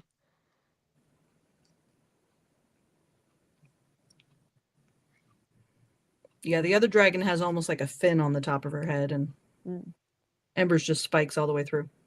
Okay. A miniature mohawk. Mm-hmm.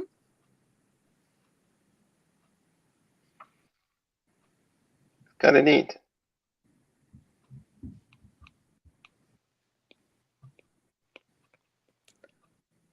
I don't. It's been a while since I've drawn an animal. I'm just now realizing this.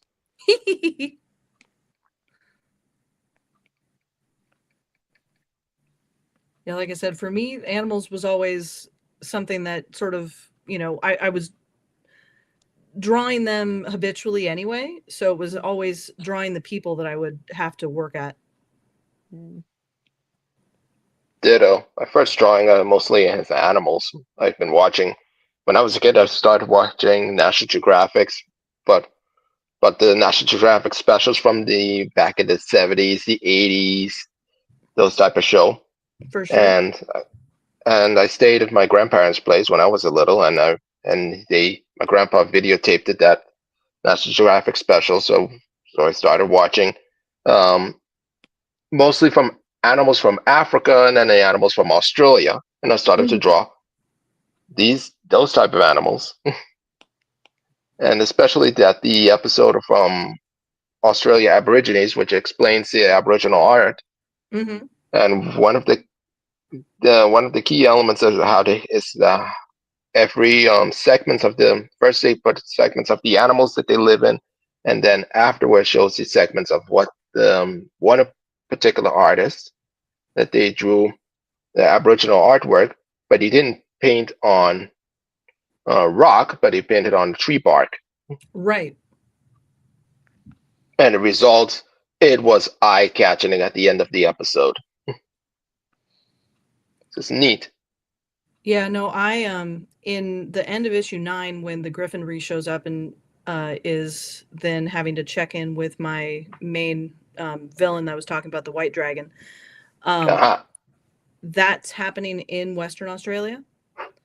And so I had fun researching a bunch of their cryptids and going through, and some of them, there's like probably the most famous Australian cryptid is the bunyip. And there are a bunch of different, very conflicting descriptions of what they're supposed to look like. And the closest, so the big thing with them is that they hoard water, which in Australia makes sense. And so you have these creatures that were, I guess the most unified description that I was able to find was these big, usually shaggy creatures with vacuous eyes, usually beaks, and the tail of a horse and webbed feet. And so the closest that I could figure was it's a really big platypus with teeth. And so, yeah. If you're dealing with a man-sized platypus, that could be scary. And but That's yeah, true. their whole thing was, if you pay them proper respect, that they are in charge of the water that you want to be drinking from, then maybe you'll survive the ordeal. But if you don't know that they're there, then, and thus don't pay them the proper respects, then they're just going to eat you. Oh. So. And then, of course, they have various mermaid type things, and then they have their equivalent to, like a Sasquatch. Yarama Yahoo. And then they have this weird it's like a frog vampiric thing that are like these little red guys that are like 3 feet tall. And they're vampiric in that they'll suck blood and life out of you, but instead of you becoming an undead, you just slowly, if they, take enough of you, that you'll start looking like them. Ew. And so hypothetically, you start shrinking and turning into this red little toad-like creature. So An Australian equivalent of chupacabra. a little bit, actually, a little bit.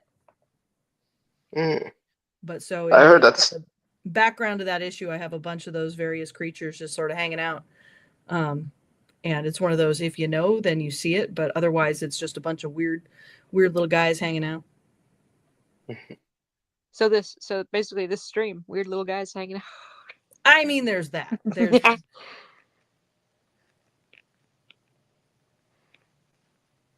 Yeah, I just happened to join here. I'm still learning how to make stories and such. I don't have any personal current projects besides like one that's kind of just for fun, but I would like to actually put together some stories that I have for like kids books, because I got a handful. I just haven't fully edited and figured all that out yet. Is it weird that I think of kids books as kind of the Wild West? Like they can be anything. Oh, Yeah. The formatting is such a unspecific thing in kids books, to where, sometimes they are these beautiful, like, watercolor books, sometimes it's, a bunch of crazy little studio paint clip drawings. Yeah. Well, and how much image on the page versus, the text is also totally up for, discretion of the creators. So there's no rules other than maybe this is the number of pages that are usual for a kid's book. But past that, it's like, have fun, make up your own rules because they don't exist. Now I become a Which parent. I always thought was wild. Yeah, now that I and become keep a it parent, G-rated. Well, there's that. There's that. The books I've noticed are the most chaotic are baby books, because it can be like 3 pages and that's it. It's like, right. Yeah. Or like, you have some of them where, you have a puppet built through the whole book, or, whether, you have a book that's made out of boards, or if you have a cloth book and all that kind of stuff, depending on how young the kid is that's going to be interfacing with it. Books that are trying to teach people letters and thus have, all the different things on them. Kid books are wild. So are the kids that read them. I mean, that is true.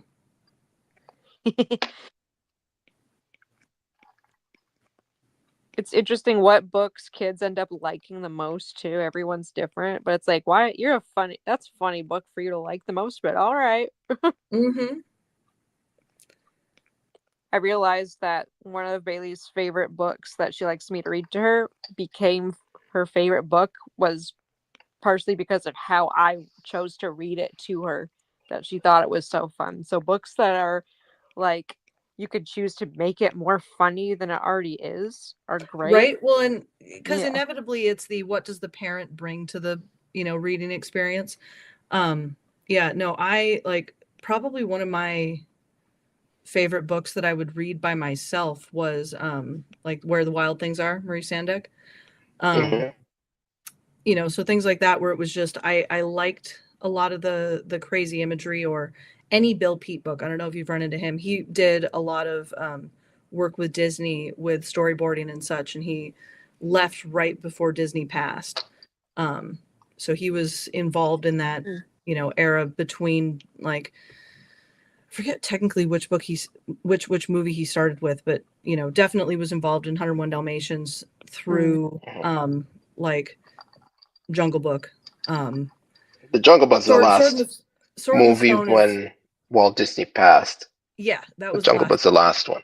Yeah, so that was the one where Bill Peet wanted to have it be a lot closer to Kipling, and so there's a version of his script for that movie that's completely different from the movie we got, that I'm like, ooh, I would have loved to read that and see, what we could have gotten.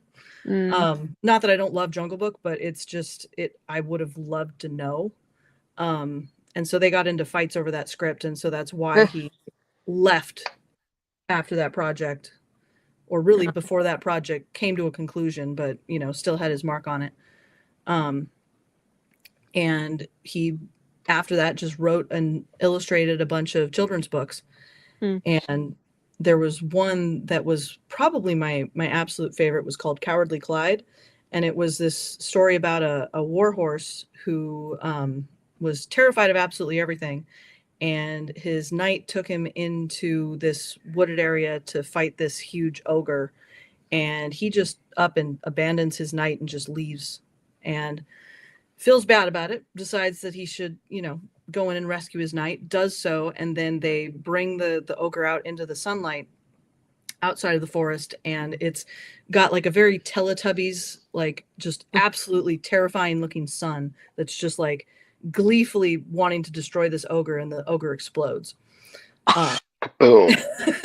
Like it is this, it's got absolutely angry eyes and like these huge bushy eyebrows, and he had a very if you ever look up Bill Pete, he's got a very sketchy style, like the, you know, way in which like Sword in the Stone, 101 Dalmatians, like that whole era was very much based off of his art style, and I love the heck out of it.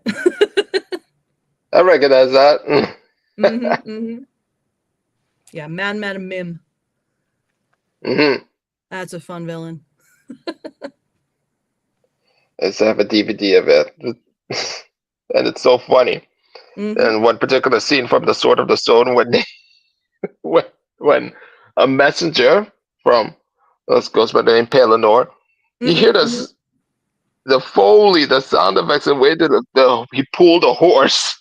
Yeah. It was so funny. I had to rewind back and forth. The way that pulled the horse, that sound like. No, my absolute favorite was always just the Archimedes, the owl. Yeah. And the scene when Merlin's trying to show off the airplane. He's got a little model airplane, and it gets caught in his beard, and so it takes a tumble outside the castle tower that he's in and just plunges into the river below. And, well, the moat, technically. And so Archimedes just dies laughing. And I, as soon as I got the ability to do so, that has been my ringtone ever since, is Archimedes' laugh. Really? Yes. Because I'm like, I will know it. No one else. Yeah. Yes. So that has been my ringtone as long as I was able to, you know that programming it onto my phone was a choice. That was an awesome ringtone. That was a good choice. No, it makes me so happy. It's like the perfect length too for a standard. Yeah, it's I love it. It's great.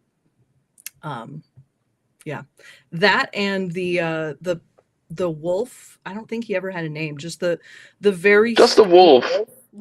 Yeah, that he's trying to eat anything and just never does. Yes. I remember to seeing the wolf pop out of his head and chewing on his bone. And when he saw Arthur trip over, his eye widened. He's moving around with the wolf, with the bone with his mouth. He looked at it and just shoots it out. Spit it out like, too. I'm gonna eat that scrawny ass kid. That's what I'm going for. And he never eats anything in that whole movie. No. If any creature ever needed to eat something, it's that wolf, and he never does. Oh, that poor thing. And the last ending that the wolf got ass whooped is by a squirrel. But not just any other squirrel, a girl squirrel. Exactly. No, I love that movie. It's so good.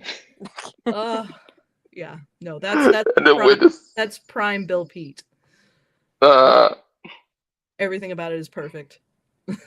Oh man, that cracks me up when the girl squirrel charges at the wolf, nibbling at the wolf's leg, and the wolf's. And when the wolves, when the wolf makes that scratch, go.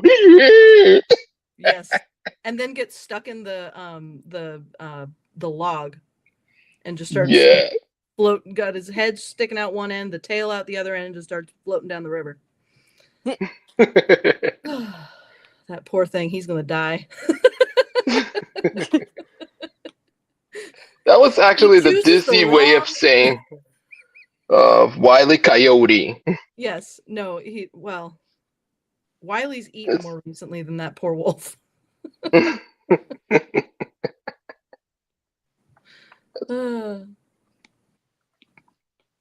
so funny. But yeah, out of all the Disney people, Bill Pete's definitely the one where I'm like, if he's involved with it, I'm here. Bill Pete. Yes. No, there's the book that he's probably the most famous for, if you want to look it up, is The Wingding Dilly. And it's a very strange word, but on purpose. So it's the closest we've gotten to a similar story is actually Brave with the bears. So the whole concept of The Wingding Dilly is that you have a dog who's sort of typical brown dog that he's living his best life. He's a happy dog. And then his boy decides that he's more interested in this horse that just moved in down the street. And so in the dog's mind, he needs to change. And so he finds a witch, and the witch tells him that, if this is what he wants, she can turn him into this fantastical creature that the boy has no choice but to love him better than the horse. And so he turns into this like combination amalgam creature that's like 15 different animals, and he looks completely ridiculous. And so he, of course, gets, found by a circus and manages to get free. And all he wants is to turn back into a dog so he can go back to his master again. But it's so very, very similar to Brave, but, came out as a book decades before that was even an idea. But yeah, that's cool. Very fun book.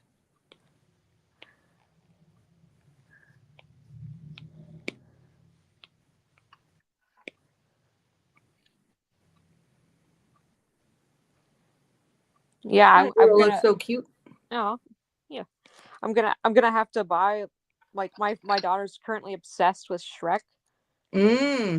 So have you read? Have you read the original book?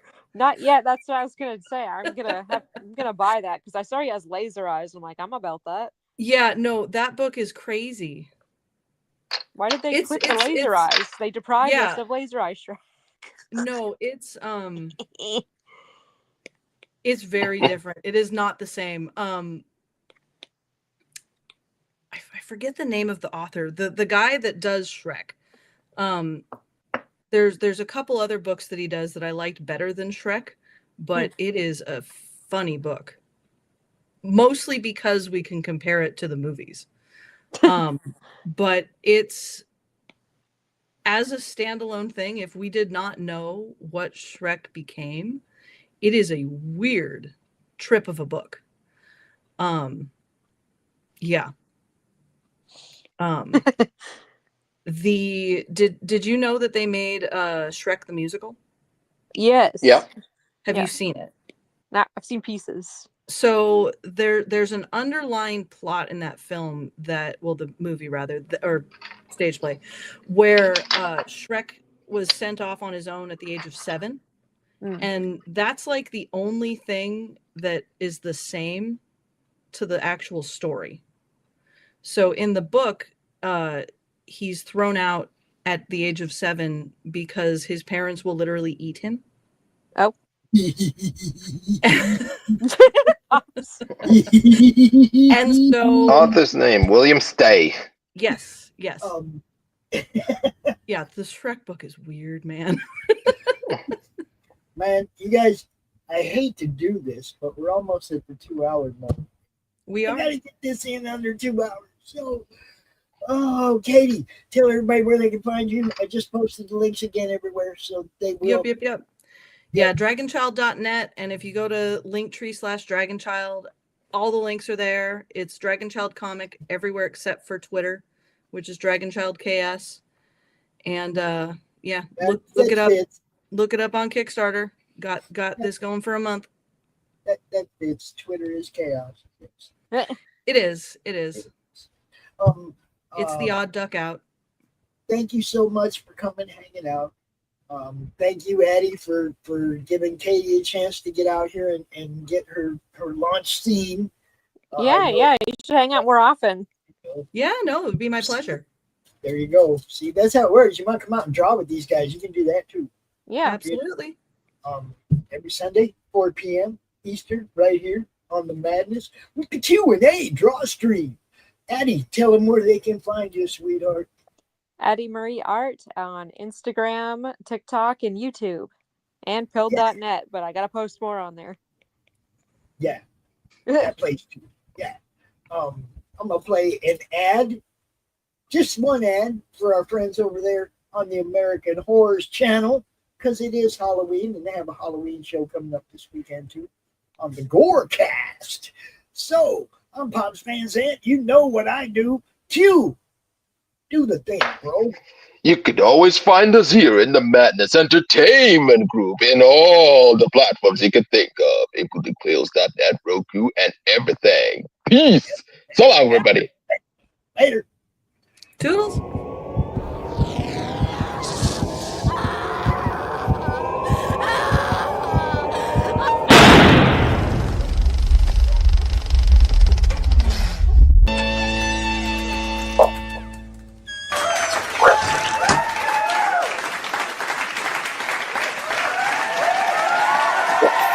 Oh, who's that voice? Hey, how's it going? What are you doing in my house? Oh, just sitting here, reading the paper, noticing the fact there's an awful lot of folks seem to be making comebacks this Halloween. As if that's a fucking cute. What is possible? Well, as you can see, I have made some improvements. What in the holy fuck is that? Oh, fucking nightmare. See? Told you there's plenty of people making a comeback.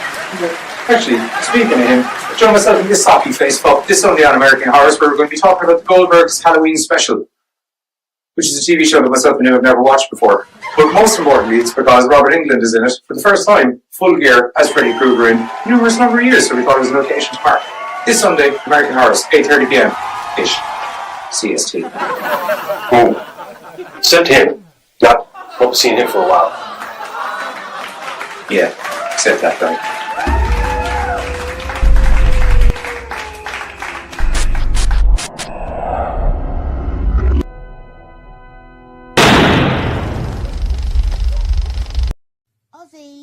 Ozzy, what are you doing? Come and have a look at this lovely book that was sent over. You're wrapping in the burn. Oh, go on and spit the bat out your mouth. No one can understand you like that. Say how 5 dentists and all. Oh, well, that's not much better. Ozzy, why don't you sing to me? I can always understand you when you sing to me. Fucking my brains. What is this my publisher sent me? Inked in black with art so sweet. So what do you think? Do you like it? Oh, Lord, yeah. If you missed the live viewing of any Madness Entertainment Group production, you can find all our content on Roku or as a member of this channel. We'll see you next time on the Madness Entertainment Group.